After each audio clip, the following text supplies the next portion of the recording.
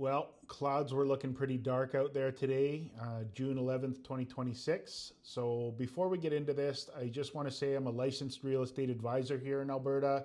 I'm not an insurance adjuster, not a lawyer, not a public adjuster. So everything in this video is for general educational purposes only, and it's designed to help ask better questions, so you can understand your options. It's not to replace professional advice for your specific situation, but I'm always there to help if you need. So always review your own policy, speak with a qualified professional before making the decisions. There you are on August 5th, 2024, just around 2 years ago. You walk outside, you do a quick lap around the house, you see no broken windows, give yourself a little nod, and then go back inside to watch the news about how badly everyone else got hit, right? Congratulations, you dodged a bullet, except most didn't. And in about 8 weeks, the window to do anything about that closes forever.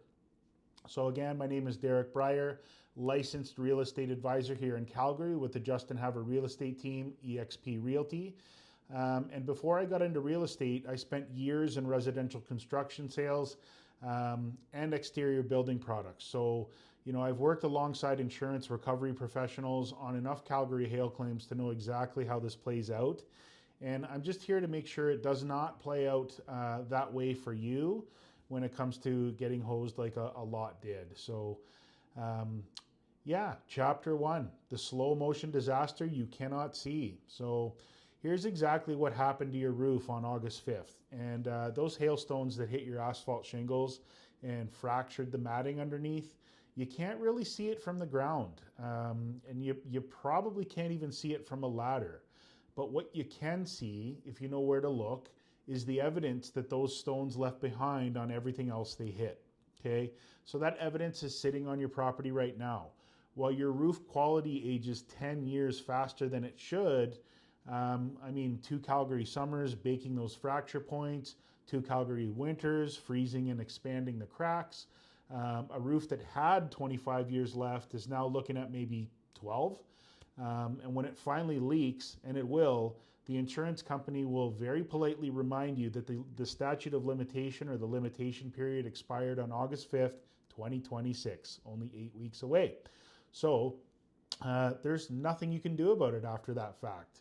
So, if your home is in Evanston, Sage Hill, Coventry Hills, Panatella, Livingston, pretty much anywhere far north of the city, east or west, you are in direct path of that hailstorm, and this video is definitely for you. So Chapter 2, the 5-minute audit that you can do right now just to check and see, and you don't even need a ladder. You don't need a contractor. You don't need to be a construction expert.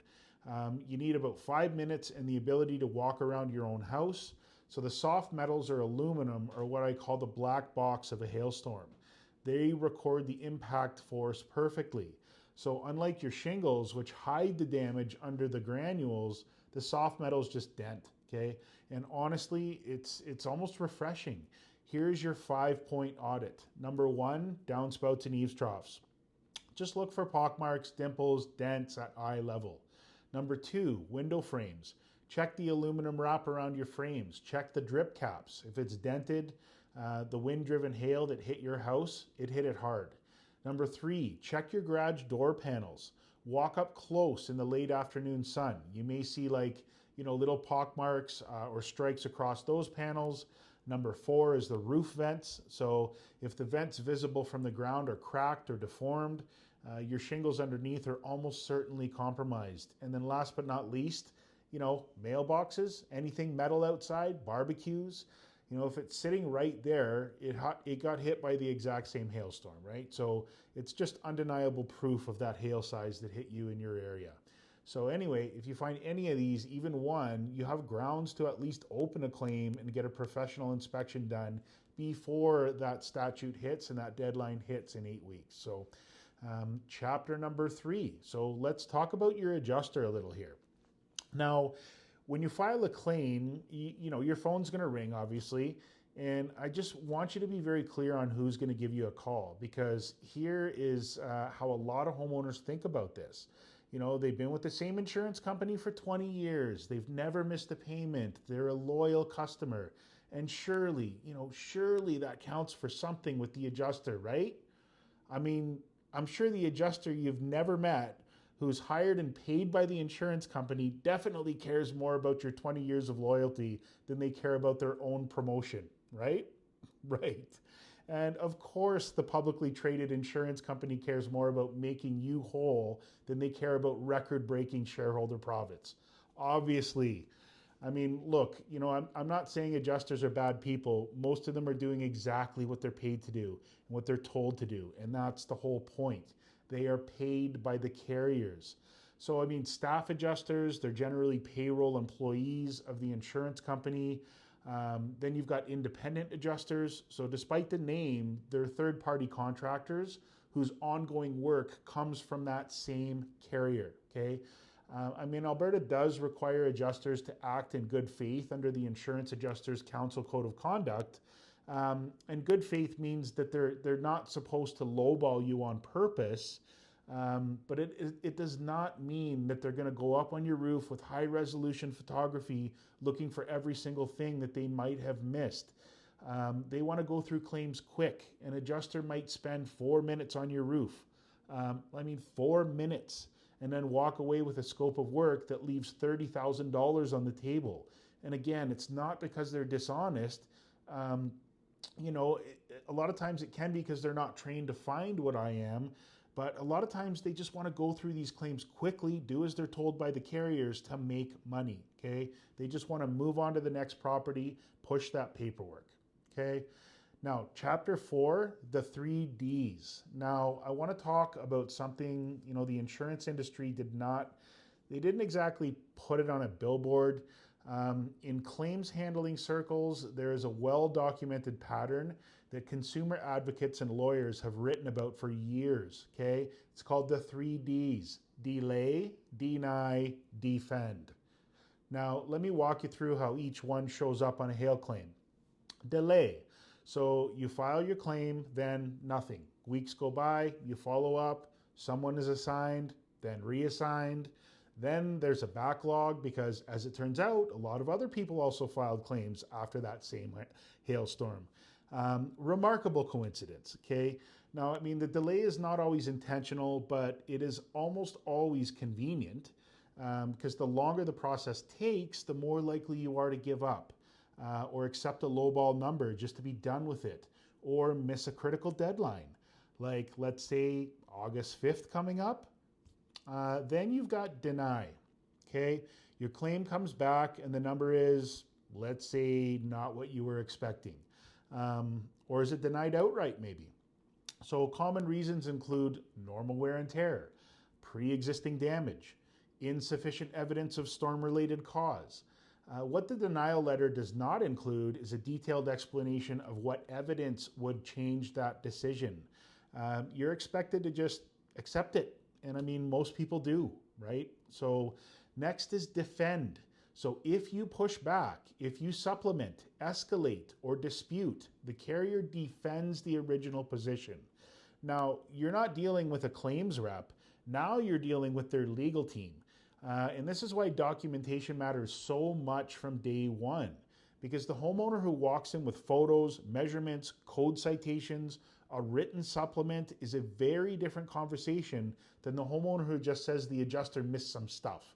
Okay, know the pattern. Don't be surprised by it. And do not let it wear you down before you get what you're owed. This happens all the time. And Chapter 5, so depreciation and the number they show you first. So let me explain something that trips up almost every first-time claimant.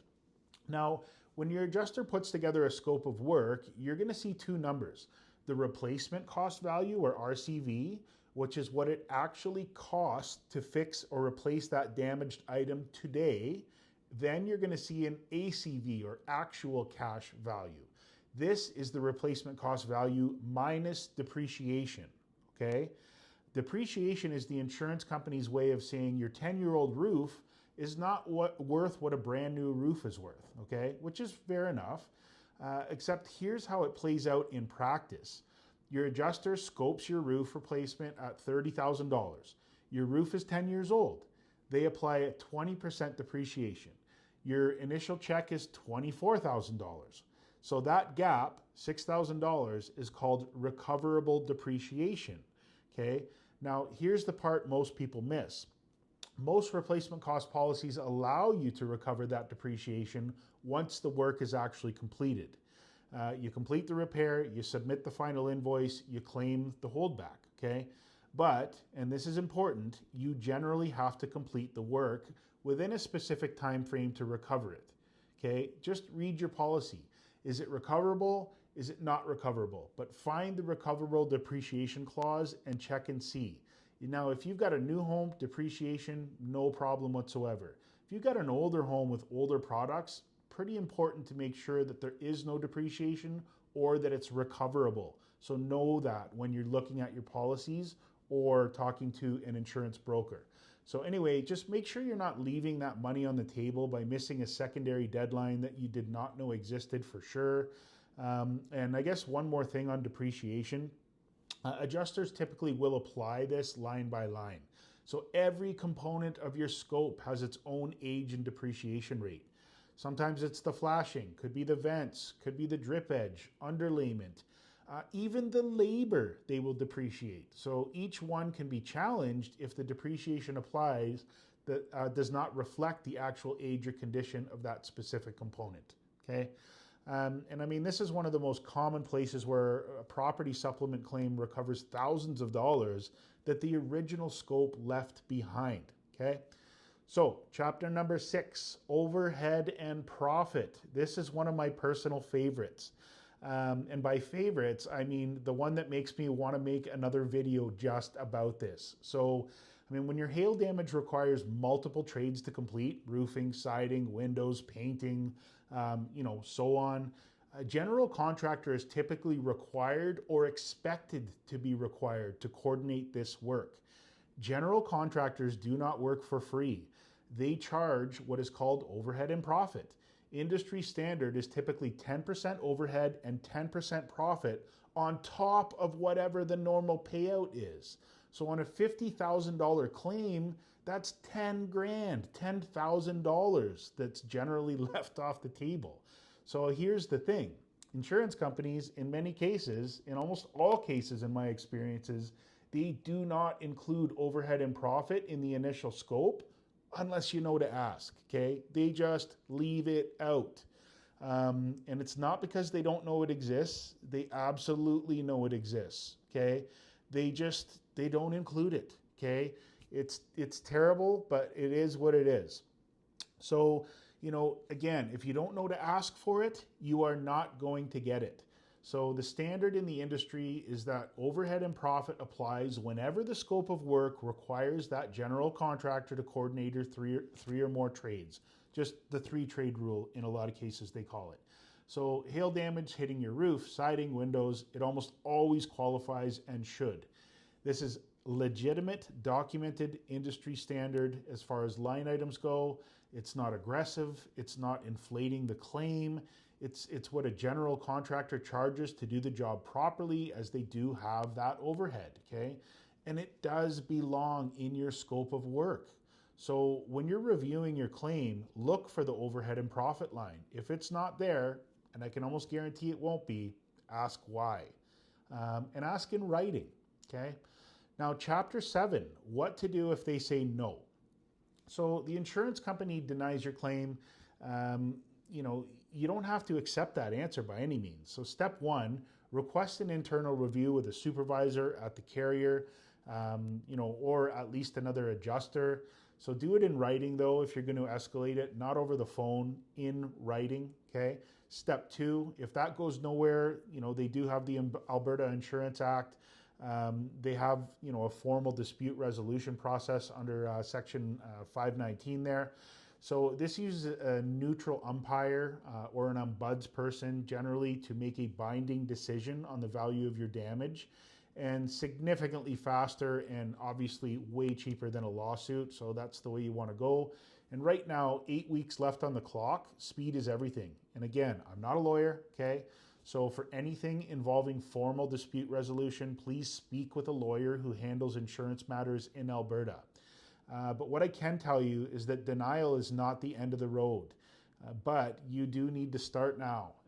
Running out of time. Chapter 8, why your realtor is talking about your roof, okay? I know what you're thinking. Why is a real estate guy making a video about hail damage? Fair question. So here's why.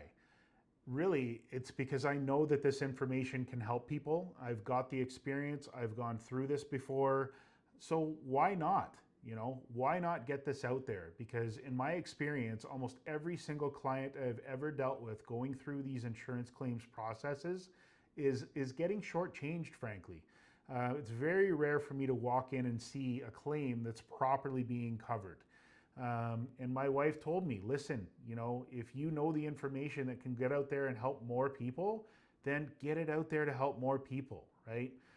Really, my goal is if I can really advise you or help you in any way, shape, or form, maybe you're inclined to use me as a realtor down the road. Who knows, okay? But really, at the end of the day here, we also see deals fall apart every single week in Calgary because deferred maintenance that could have been fully covered by insurance, right? So, if your plan is to sell your home in the next 5 years and your roof has unclaimed hail damage from August 5th, 2024, that damage does not stay hidden. Buyers get home inspections, especially in markets like this, okay?